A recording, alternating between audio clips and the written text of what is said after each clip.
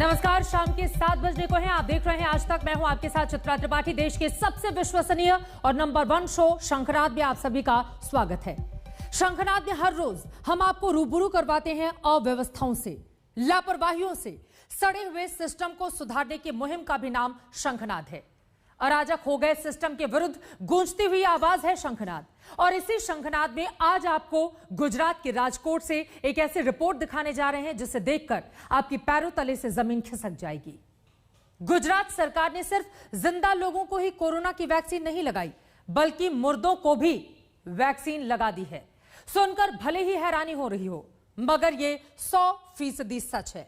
Report देखिए और corona के इस टीकाकरण को समझने की कोशिश कीजिए।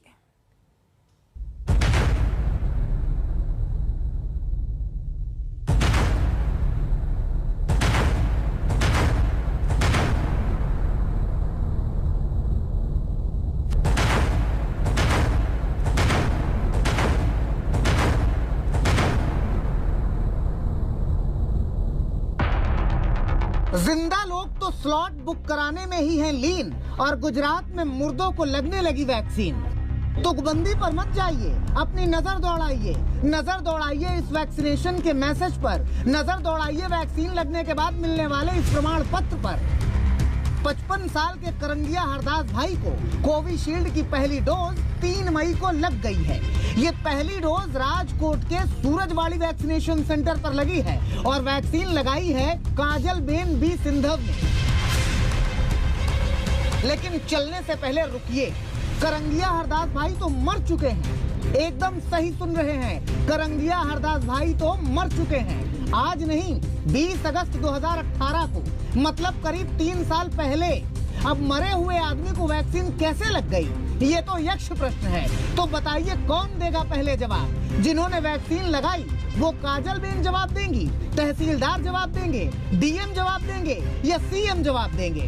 तो बताइए विजय रूपाणी, आपने वैक्सीनेशन को कैसे बना डाला घाणी? पूछ रहा है परिवार, बताइए सरकार। મારા કાકા 2018માં 4 વર્ષ પહેલાં ઓફ થઈ ગયા છે અને એના નામે કોકે વેક્સિન લીધેલ છે। અમને SMS મળ્યો એટલે અમે પછી અમારી લાગણી દુભાણી ને આમાં કેને આધાર કાર્ડનો ઉપયોગ કરેલો છે અને કેને આ વેક્સિન લીધી છે ને અમારી 4 વર્ષ પહેલાં જો અમારા કાકા ઓફ થઈ ગયા તો એ વેક્સિન ક્યાંથી લઈ શકે? पूरा परिवार हैरान है। एक हाथ में डेथ सर्टिफिकेट है, दूसरे हाथ में वैक्सीनेशन का सर्टिफिकेट है। दोनों प्रमाण पत्र हाथ में हैं। लापरवाही की इंतहा कहें या वैक्सीन घोटाले की नर्मदा। જેના નામે રસી કોઈ લઈ અને આધાર કાર્ડ રજૂ કરીને રસી લીધેલી છે એનો મેસેજ અમને મળતા અમે તપાસ કરી અને તપાસ કરતાં અમે એવું જાણ્યું કે આ મરેલો માણસ રસી લઈ જાય છે, તો આ ઉપયોગ કોને કર્યો છે? આધાર કાર્ડનો કોણ આવેલું છે? अब जब मर चुके आदमी को वैक्सीन लग ही गई और वैक्सीनेशन सेंटर पर परिवार पूछने पहुंच ही गया कि भाइयों बताओ, मरा हुआ आदमी कैसे वैक्सीनेशन सेंटर तक आया और कैसे उसने वैक्सीन लगवाया? सवाल उठा तो अधिकारी की सांसें हलक में अटक आई।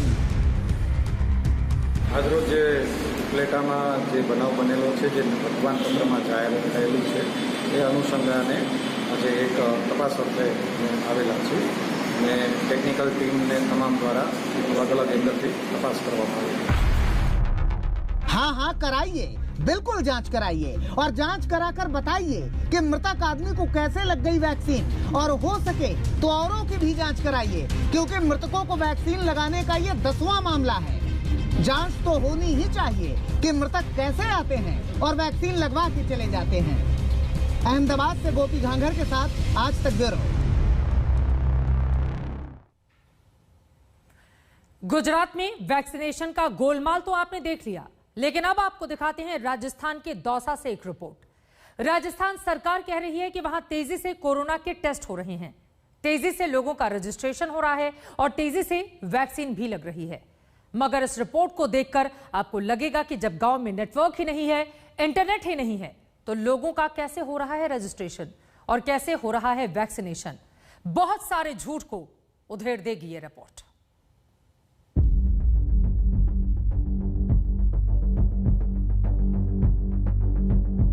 नेटवर्क ढूंढना है तो पेड़ पर चढ़ जाओ।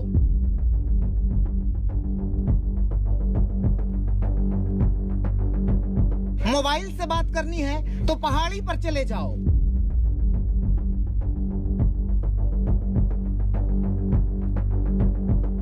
ऑनलाइन क्लास है लेकिन इंटरनेट नहीं है। यहाँ कोरोना की क्या बिसात, न सोशल डिस्टेंसिंग, न चेहरे पर कोई मास्क। सरकार की कोई भी योजना हो, बिना मोबाइल और ओटीपी के बिना काम चलता नहीं। चाहे कोरोना के लिए टेस्ट कराना हो या वैक्सीन दिलवानी हो, आपको मोबाइल और उसका कनेक्शन जरूरी है। लेकिन सर गांव में ये स्थिति है कि हम आपको दिखाना चाह रहे हैं कि किस तरह से ये लोग पहाड़ियों पर बैठे हुए हैं और पहाड़ी पर चढ़कर इस तरह से दिन भर एक गांव की दिनचर्या है कि वहां जाकर लोग मोबाइल का सिग्नल पकड़ता है। और ये आसपास के 18 गांवों की स्थिति है जहां पर मोबाइल का सिग्नल कभी आया ही नहीं। और इसी वजह से गांव में जो जरूरी चीजें हैं वो भी अभी तक पूरी नहीं हो पाई है, चाहे सरकार की कोई भी योजना हो या फिर स्वास्थ्य सेवाएं हैं। इस गांव में आपको कहीं भी नजर नहीं आएगी, इसलिए कि सरकारी सुविधाएं जो कुछ इंटरनेट से जुड़ी है वो यहाँ पर लागू नहीं होती है। राजस्थान के दौसा के लोगों के लिए कोरोना एक पहेली है। टेस्टिंग हो तो पता चले, स्वास्थ्य सुविधा हो तो इलाज हो, डॉक्टर हो तो सलाह दे और मोबाइल में नेटवर्क हो तो वैक्सीनेशन का रजिस्ट्रेशन हो।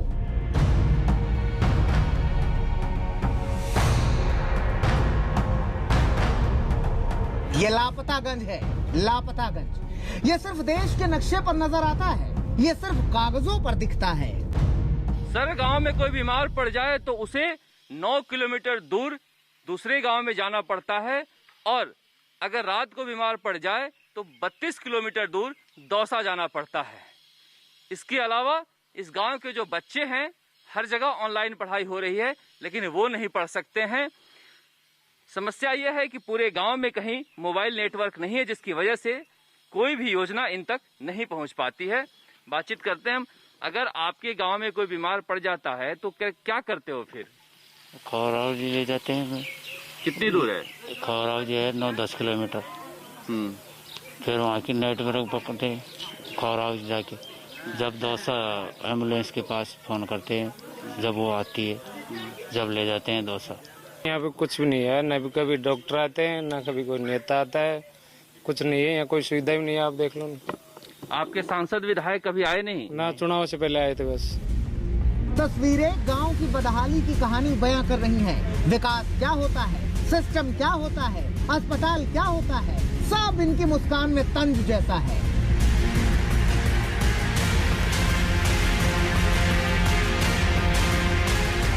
दवाई के नाम पर गाढ़ा बथुआ है, डॉक्टर के नाम पर बुजुर्गों के नुस्खे। तो सबसे ज्यादा नुकसान महिलाओं को उठाना पड़ता है, चाहे उज्ज्वला के तहत गैस कनेक्शन का मामला हो या फिर घर में बीमारी का। क्या करते हैं, कैसे कोई बीमार पड़ता है तो क्या करते हैं आप? खाट में धर ले जाओ। ये न्याय बदरा राबड़ी खावा था और बथौक साग खावा था। जमाना काली मिर्च की चाय बना पी लिया था, का पानी पी लिया था, और का पानी। इलाज इनसे कोसों दूर है, अस्पताल इनसे कोसों दूर है, जागरूकता इनसे कोसों दूर है। अगर कुछ करीब है तो वो है बीमारी, लाचारी, बदहाली, अव्यवस्था, अराजकता।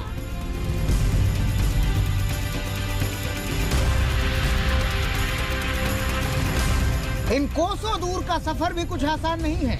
एक टूटी सी सड़क है और एक खाट का सहारा। अपनों को बचाना है और बहुत दूर जाना है। गाँव वालों को बाहर से आने जाने के लिए सड़क चाहिए। सड़क मिल भी गई मगर सड़क कभी बन नहीं पाई। ये सड़क है, देख सकते हैं, इसे बनाने का काम शुरू किया गया था मगर पूरा नहीं हो पाया।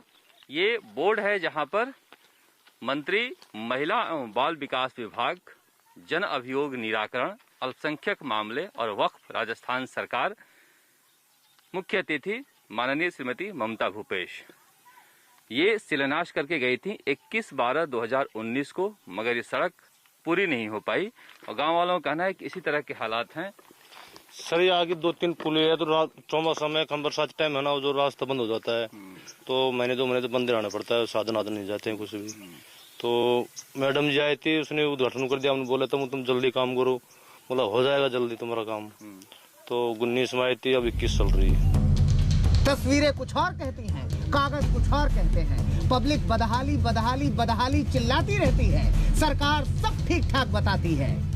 जो हमारे यहाँ पे जो हमारी पीएससी है वहाँ सभी जगह कनेक्टिविटी ठीक है। 47 पीएससी है, हमारी 17 सीएससी है, यहाँ पे वहाँ पे भी कनेक्टिविटी ठीक है। तो सरकार की गाइडलाइंस के अनुसार ये था कि जहाँ पीएससी सीएससी डिस्ट्रिक्ट हॉस्पिटल जहाँ पे अच्छी कनेक्टिविटी हो, क्योंकि मोबाइल से अपडेटेड है और जो लैपटॉप या जो भी सुविधा अपन यूज़ कर रहे हैं वो सीधे गवर्नमेंट ऑफ इंडिया का जो पोर्टल है उस पर अपन नाम चढ़ाते हैं, आधार नंबर चढ़ाते हैं, मोबाइल नंबर चढ़ाते हैं, देन उसके बाद में वैक्सीनेशन कराते हैं। दावे की पोल खुल जाती है, वादों की कलाई खुल जाती है। नेटवर्क नहीं आता सरकार तो क्या, तस्वीरें झूठ नहीं बताती। शरद कुमार, दौसा, आज तक। गहलोत सरकार के दावे अपनी जगह हैं, मगर सच्चाई आपके सामने है। ऐसे ही हालात कमोबेश कई जगहों पर है। कहीं झूठे दावे हैं तो कहीं माननीयों की ही लापरवाहियों के सिलसिले। आपको महाराष्ट्र के पुणे से एक खबर दिखाते हैं। इस खबर में पुणे के विधायक ने कोरोना के नियमों को हल्दी में मिलाकर हवा में उड़ा दिया।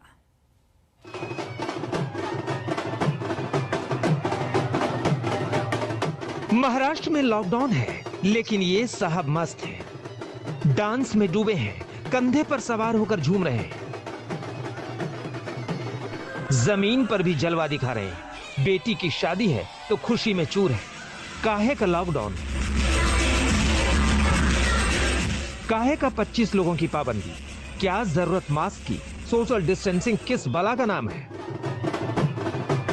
कोरोना नियमों की धज्जियां उड़ाना ही इनका काम है, क्योंकि इनका नाम है महेश दादा लांडगे और ये बीजेपी के विधायक हैं। 6 जून को इनकी बेटी साक्षी की शादी है और उससे पहले रविवार को हल्दी की रस्म के दौरान इन्होंने कोरोना काल में लॉकडाउन के नियमों की जमकर धज्जियां उड़ाई। न केवल इस दौरान इनके घर पर भारी भीड़ जुटी, बल्कि किसी ने भी मास्क नहीं लगा रखा था। ये हाल तब था जब रविवार को ही महाराष्ट्र के मुख्यमंत्री उद्धव ठाकरे ने लॉकडाउन को 15 जून तक के लिए बढ़ा दिया था। रविवार को ही महाराष्ट्र में कोरोना के 18,600 नए केस आए थे। 402 लोगों की कोरोना से मौत हो गई थी। सरकार को हालात के और बेहतर होने की उम्मीद थी, लॉक से अनलॉक की ओर बढ़ने की कोशिश कर रही थी ताकि करोड़ों लाखों लोगों की जिंदगी फिर से पटरी पर लौट सके। मगर महेश दादा जैसे विधायक अपनी खुशियों में इतना चूर थे कि उन्हें इन बातों का ख्याल भला कैसे आता। मगर जब ये वीडियो वायरल हुआ तो पुणे पुलिस हरकत में आई। कोरोना नियमों को तोड़ने के आरोप में बीजेपी विधायक महेश दादा समेत 60 लोगों के खिलाफ थाने में मामला दर्ज किया गया।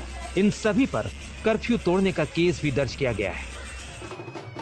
इस वीडियो में सिर्फ विधायक जी नहीं है, पिंपरी चिंचवाड़ महापालिका के अधिकारी सुनील बेलगांवकर भी कदम से कदम मिलाकर डांस कर रहे हैं। ये वो लोग हैं जिन पर कोरोना के नियमों को लागू कराने की जिम्मेदारी है।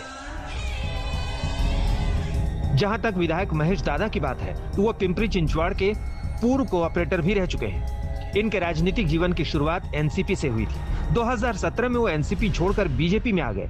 राजनीति में आने से पहले महेश दादा को एक पहलवान के तौर पर जाना जाता था। इस वीडियो के वायरल होने के बाद लोग सवाल कर रहे हैं कि क्या कायदे कानून सिर्फ आम लोगों के लिए है। ऐसे कई मामले सामने आए हैं जहां लॉकडाउन के नियम तोड़ने वालों पर पुलिस की लाठियां बरस जाती हैं। उठक बैठक कराने की तस्वीरें तो आमतौर पर नजर आती ही। वहीं ऐसे शादी समारोहों को पुलिस बीच में ही बंद करवा देती है। महाराष्ट्र में शादी को लेकर लॉकडाउन के नियमों की बात करें तो 25 लोगों को ही शामिल होने की इजाजत है।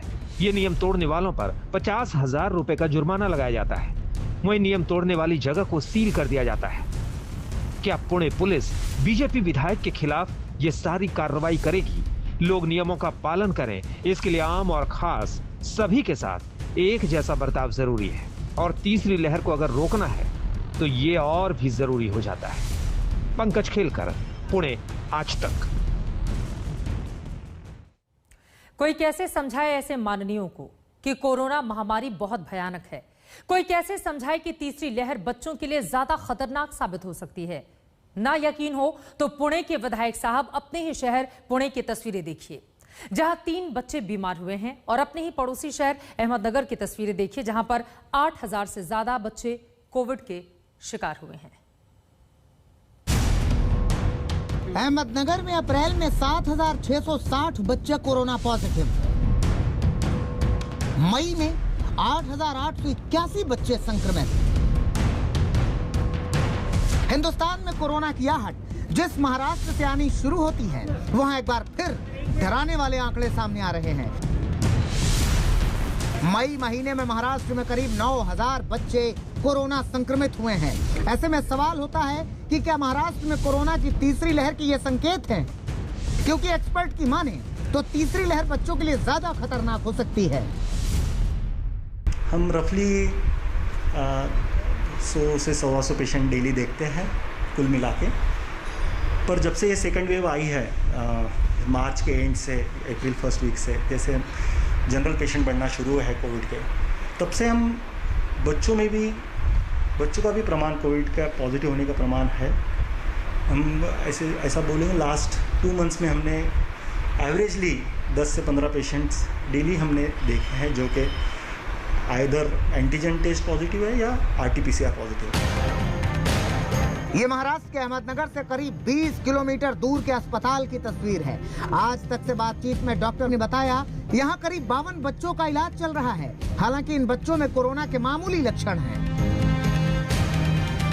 बच्चों में संक्रमण बढ़ने के बाद प्रशासन की टेंशन भी बढ़ गई है। 1 साल के नीचे के जो है मई महीने में 85 है। 1 ईयर टू 10 ईयर जो है वो 2694 है और 11 ईयर टू 18 ईयर जो है वो 6102 है। यानी कि टोटल जो है in the month it is 8881 है। बच्चों में बढ़ते संक्रमण के दर को देखते हुए जिला प्रशासन भी हरकत में आता हुआ दिखाई दे रहा है। कलेक्टर ने बच्चों के इलाज के लिए स्वतंत्र बोर्ड बनाने की सूचना भी अधिकारियों को दी है। आज तक की टीम पुणे के परिवार के पास पहुंची, जहां 4 में 3 बच्चे कोरोना संक्रमित हो गए, जिनमें 2 बच्चे एसिम्प्टोमेटिक थे, यानी इनमें कोरोना के कोई लक्षण नहीं थे। कोरोना की तीसरी लहर बच्चों के लिए खतरनाक बताई जा रही है।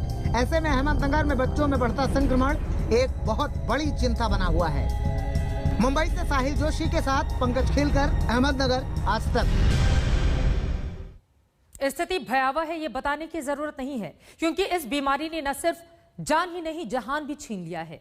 आलम यह है कि लोगों पर जिंदगी बचा पाने, खाने कमाने का संकट खड़ा हो गया है। लखनऊ में संगीत से जुड़े कलाकार परेशान हैं, क्योंकि कोरोना ने उनको कहीं का नहीं छोड़ा।